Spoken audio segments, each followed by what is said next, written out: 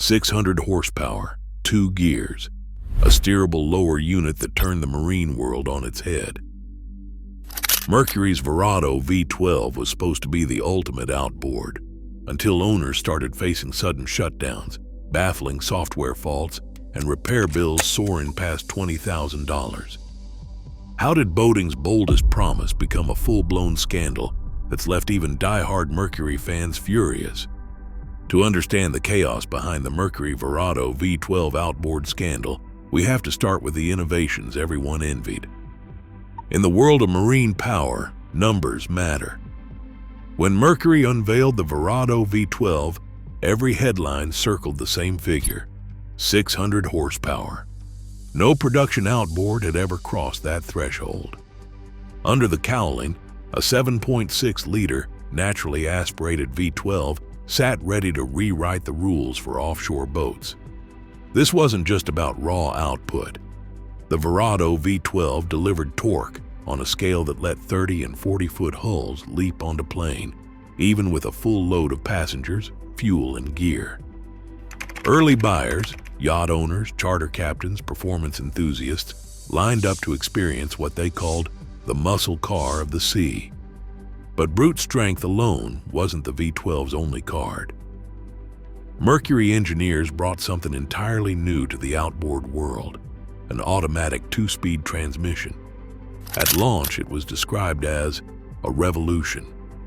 In first gear, the engine could spin up quickly, pushing massive torque to the dual contra-rotating propellers. Heavy boats that once lumbered out of the hole now surged forward, planing in seconds. Then, as speed built, the transmission shifted seamlessly into second gear, dropping engine RPM, cutting noise, and letting the boat cruise efficiently at high speed. There was no jolt, no pause, just a smooth transition barely noticeable from the helm. This gearbox wasn't borrowed from automotive shelves. It was purpose-built, engineered to handle marine loads and saltwater punishment. Shift points were mapped by Mercury software to match throttle input and hull resistance, always seeking the sweet spot between acceleration and economy. The result? A torque curve that stayed flat and broad, delivering thrust where it mattered most. For captains used to winding out traditional outboards, the sensation was almost uncanny: effortless acceleration, followed by quiet, composed cruising. The ambition behind the V12 was clear. Mercury wanted to give luxury boaters not just more power, but a new kind of control. The 2-speed system meant fewer engines needed for big boats. Where once 4 or 5 outboards crowded a transom, now 2 or 3 V12s could do the job. Fewer engines meant less drag, less fuel burn, and a cleaner look, all while delivering unmatched performance. Early adopters described the experience in glowing terms. Test runs showed the V12 could push a 43-foot center console to over 60 miles per hour, with acceleration that felt more like a sports car than a fishing boat. Marine journalists praised the silence at speed and the way the engine seemed to flatten out rough water, never straining even with a heavy load. On paper and on the water, the Verado V12's powertrain set a new standard. It was a technical marvel, one that captured the imagination of anyone who dreamed of going faster, farther, and in greater comfort than ever before. Mercury's design team didn't stop at the powerhead or the transmission. They turned their attention to the very bottom of the outboard, the gear case, and set out to reinvent how a boat steers and grips the water. Instead of swinging the entire 1,260-pound engine side to side, the Verado V12 pivots only its lower unit. Electro-hydraulic actuators, hidden deep inside the leg, respond instantly to helm commands, swinging the gear case up to 45 degrees in either direction. The rest of the engine remains rock steady above the transom, so multi-engine boats can mount the V12s closer together, just 27 inches apart, shrinking the footprint and opening up the stern. This independent pivot isn't just a packaging trick. It changes the way a boat handles, especially at low speeds and in tight quarters. With the lower unit steering on its own, the hull responds with a precision that used to be the domain of inboard jets or high-end pod drives. Docking maneuvers become smoother, and at speed the system delivers sharper turns with less drama. The design also reduces splash and turbulence around the transom, improving both efficiency and ride comfort. At the heart of this system is a pair of contra-rotating propellers, two blades spinning in opposite directions on the same shaft. This dual prop setup isn't new to marine engineering, but Mercury's execution is tailored for the V12's massive torque. The forward prop bites first, pulling water into the slipstream of the rear prop, which then grabs what's left, almost eliminating cavitation. The result? Better grip, especially in hard turns or when accelerating from a dead stop. On test boats, this meant launching heavy hulls onto plane with almost no slip, even fully loaded. Engineers point out that the dual prop system also cancels out steering torque. With props spinning in opposite directions, the wheel stays neutral, even under full throttle. This reduces fatigue for the captain and makes high-speed runs less taxing. Hydrodynamic testing showed measurable gains, up to 20% better grip compared to single-prop rivals, and more consistent thrust across a range of speeds and sea conditions. The entire steering system relies on a network of sensors and digital controls, translating helm movements into precise gear case angles. The electro-hydraulic actuators respond in milliseconds, while the engine's control module keeps track of every degree of movement. This level of integration, once reserved for super yachts or military craft, is now standard on a production outboard. For boaters used to the old cable and pulley setups, the V12 steering feels almost futuristic. Mercury's engineers describe the system as a balance of brute strength and surgical finesse. The gear case must withstand the full force of a 600 horsepower engine, all while pivoting smoothly and resisting saltwater corrosion. Every component, from the actuator seals to the propeller alloys, was chosen to survive years of offshore punishment. The result, at least in early sea trials, was a sense of effortless control, whether threading through a marina or hammering across open water. This radical rethink of steering and propulsion completed the V12's engineering showcase. For the first time, an outboard combined massive displacement, an automatic transmission, and a steerable dual-prop gear case, all working in concert. On paper, and for many early adopters, it felt like the future had arrived at the transom. Silence became the new benchmark for luxury. When Mercury introduced the Verado V12, the company's launch materials didn't just highlight horsepower. They promised an experience that redefined what it meant to travel offshore. The engine's advanced midsection and sound-dampening innovations were engineered to keep noise and vibration at bay, even at full throttle. Boaters and journalists alike described the ride as uncannily quiet, with the deep hum of 12 cylinders barely audible over the wind. At idle, the V12 was almost ghostly, letting conversation flow on deck without shouting. Reviewers at the major marine magazines called it the Rolls-Royce of outboards. Dealers echoed the sentiment, touting the V12's ability to turn a 40-foot center console into a floating living room. The engine's smoothness, delivered by its massive displacement and dual-prop drive, was matched only by its promise of freedom from constant upkeep. Mercury's headline claim was clear. The Verado V12 would run a full 200 hours before its first scheduled service. For owners used to hauling boats out of the water every season for oil changes and inspections, this was a leap. The 200-hour interval set a new standard, positioning the V12 as an engine built for those who wanted to cruise farther, stay out longer, and spend less time in the shop. The luxury pitch didn't end there. Mercury's marketing campaign made a point of the engine's integration with digital controls and joystick docking, painting a picture of effortless maneuvering even in crowded marinas. The steerable gear case, they said, worked in concert with the automatic transmission to deliver a ride that was not just powerful, but refined. Owners could expect the same peace and quiet at the dock as they did running wide open offshore. Premium pricing became part of the allure.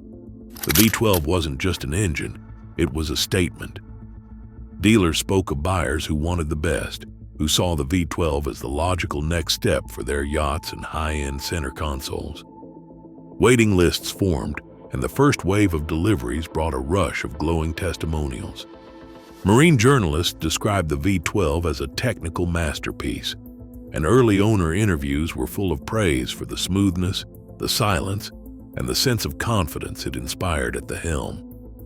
In the months after launch, the Verado V12 appeared on the sterns of top-tier boats at boat shows and luxury marinas. The promise was simple: more power, less noise, and a service interval that let owners chase the horizon without looking back. On paper and in the first wave of reviews, Mercury's vision for the future of outboard luxury seemed fully realized. On a test bench deep inside Mercury's lab, a technician watches as the V12 steering position sensor feeds live data to the engine control module. The numbers flicker, tracking every degree of movement as the gear case pivots. But then, a glitch, a momentary loss of signal on the CAN bus, triggers a silent alarm. Instantly, the ECM reacts, interpreting the missing input as a potential threat to safe operation. Within seconds, the engine drops into Guardian mode. Throttle response fades, RPMs fall well below cruising speed, and the steerable gear case locks into a narrow range.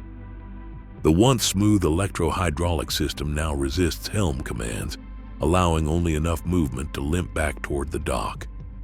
On the diagnostic screen, a fault code is logged, its details locked behind proprietary software. For the technician, the failure is clear. A single sensor misfire cascades through the system, forcing the engine into a protective shell. In the real world, owners describe the same scenario: sudden loss of steering, power cut, and an urgent dash for shore, all set in motion by a hidden chain of electronic checks and balances. In February 2021, Mercury issued a voluntary recall targeting Verado V12 Outboards in Australia and the UK after a wave of steering sensor failures left boats immobilized or locked in limp home mode. Owners found themselves stranded, unable to steer or accelerate, sometimes waiting weeks for answers. Mercury's response was swift and highly visible. Factory-trained service teams were dispatched to affected regions, arriving with replacement sensors and updated software loaded onto encrypted diagnostic tablets. In marinas from Sydney to Southampton, technicians worked through backlogs, sometimes servicing a dozen engines in a single week.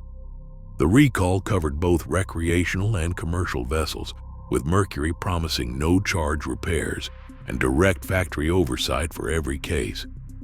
Owners expected a rapid fix, reassured by the presence of uniformed engineers and the company's public commitment to restoring full function. But the scale of the issue became clear as more engines were flagged for urgent service and wait lists for parts began to stretch. The recall's reach signaled that the V12 steering system, once touted as revolutionary, now demanded urgent intervention on 2 continents. Inside Mercury's engineering lab, the V12 steering system faced a battery of environmental stress tests. Engineers simulated what these massive outboards would endure in real-world marinas: cycles of salt spray, rapid temperature swings, and relentless vibration. Patterns began to surface. Moisture would seep past the sensor seals, pooling inside the gear case housing. After repeated thermal cycling, condensation formed on critical connectors, sometimes shorting out the steering position sensor. On the bench, even minor traces of water were enough to trigger faults. When this happened, the system's digital controls responded exactly as designed. The engine dropped into Guardian mode, restricting both throttle and steering. The bench test results matched field reports from owners who described sudden steering lockouts after a cold morning run or a day battling choppy seas.